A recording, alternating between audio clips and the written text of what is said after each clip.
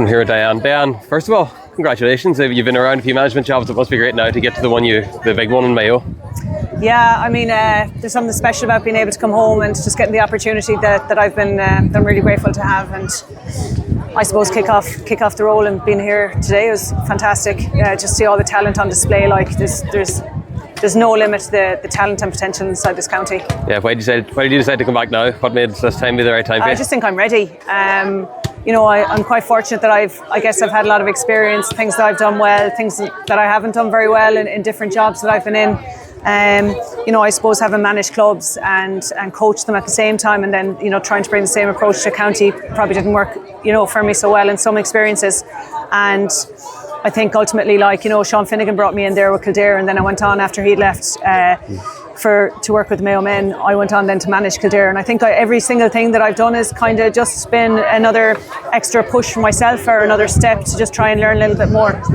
And by virtue of those experiences, I've been lucky to meet people along the way who is going to be coming in the Backroom team. Very, very good coaches. It's all about planning now. It's all about stability. But obviously the key thing for me, first and foremost, is to try and pull a panel together. And, the fact that it's an open door policy, I really want people to walk through it. Yeah. In terms of that Backroom team, you've had a lot of conversations. You've talked to a few people to bring in. Have you any of those names sort of firmed up? Or? Tom Mulderrick, he's a local Lahamore man. Worked with Mayo LGFA for years at all underage development, and he's managed senior teams as well inside the county and stuff. And then you have Brian Noonan, who was with me. You have Brian Noonan, who's with me in Kildare for the last number of years, and we've been, obviously very successful and worked very well together. Martin Connor is over there as well, SNC, and Norrie Moran. You probably won't get to talk to her now today. She was too busy winning finals with Westport, but she's going to also come in as a coach and selector. It's good to have those sort of plans in place early, isn't it? Yeah, look, obviously I didn't know if this was going to come up or not. Liam had another year left in his tenure, and when word came out that that he was going working with another club, I think I started thinking then maybe this is something I need to start having conversations about, or maybe to start preparing for. So that's obviously what I did. I suppose had to have a bunch of meetings and try and convince people of the opportunity that I see is very, very clear here. And when people went away and they thought about it and thought about what opportunity could be here, they only just had to probably start just doing a little bit of research into the talent that's within the county. And they may not have been out over the last year or two, but hopefully everyone's going to come back in again. Yeah, so I was thinking there, in terms of, you've talked to a lot of management to come in. Have you talked to many players in terms of getting them back in the green and red? No, because that would be a very, very broad, I suppose, task to undertake. You obviously have all the players who were there last year. Then there's the players who had left over the last couple of years. We really genuinely hope that they're going to come back in. We have girls saying that they'd like to maybe come back and play that are abroad in other countries at the moment. And I think there's a really good feeling around the whole thing at the moment. It's also the reality is it's not easy to come back and play county, or it's not easy to play county in the first place. But ultimately it depends on, I guess, the attitude you have and how much you want to represent your county, and what sort of desire and fire in your belly that you actually have. Because I suppose the way I see it is, there's no point doing it, no more than any of our Backroom team. There's probably no point doing it unless you're going to be able to give it the level of commitment it requires. And anyone that's been there or done it before knows, that it's a lot of commitment. You've obviously been there and done it before yourself. What sort of advice have you been planting onto those players? You know what? Back up there? Just exactly what you're saying there, and I was actually just talking about it earlier. I've been there and done it, and that was great. I was in the most privileged position, being in this 25-year thing for the LGFA there 2 weeks ago above in Croke Park.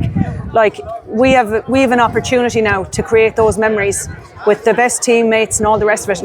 I am so, when I think about what that day meant, and that I had the honour of playing with girls that I met here today, that are back as coaches, and some of them still playing. I am so privileged, and the honour of being able to come and meet those girls 25 years later, having won the All-Ireland final with them. We're now in a position where we get a chance to try and build those memories and try and make things happen like that, and help facilitate players to go on and win their own All-Ireland final. Who's to say what will happen, what won't happen? Nobody really knows.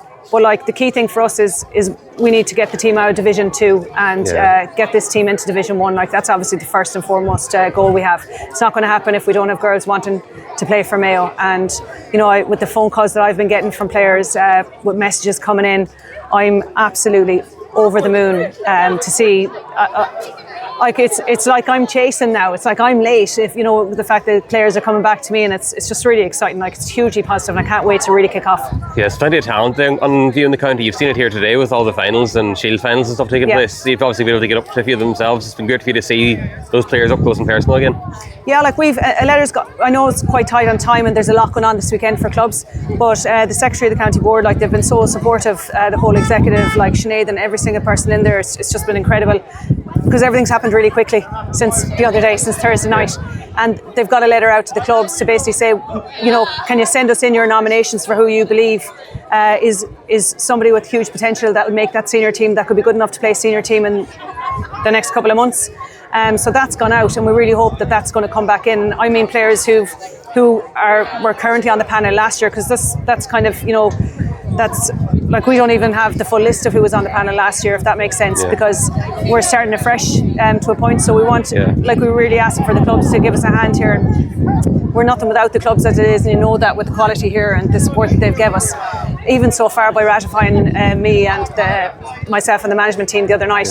But I'm really hoping that we get a good burst of names coming in tomorrow, because you know, we've sent out an annex as well where, you know, players can be qualified in terms of, you know, realistically, where are they at? Do they have potential? Because we obviously, you know, do want to do more moving forward. But this is just really key for us now to kind of get an idea and to get a little picture of what we have and who's interested.